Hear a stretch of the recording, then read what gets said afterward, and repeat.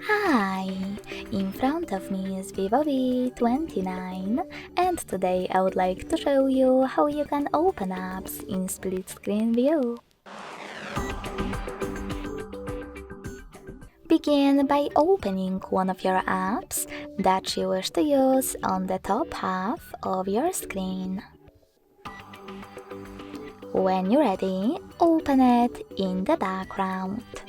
In order to do that with trickiest navigation, click on this button with 3 lines.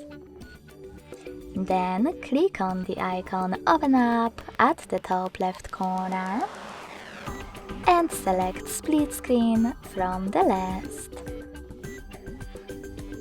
Lastly, select the second app.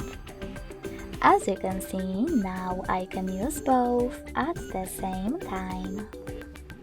If you wish to go back from this mode, drag one of your apps all the way up or all the way down and click on Home button.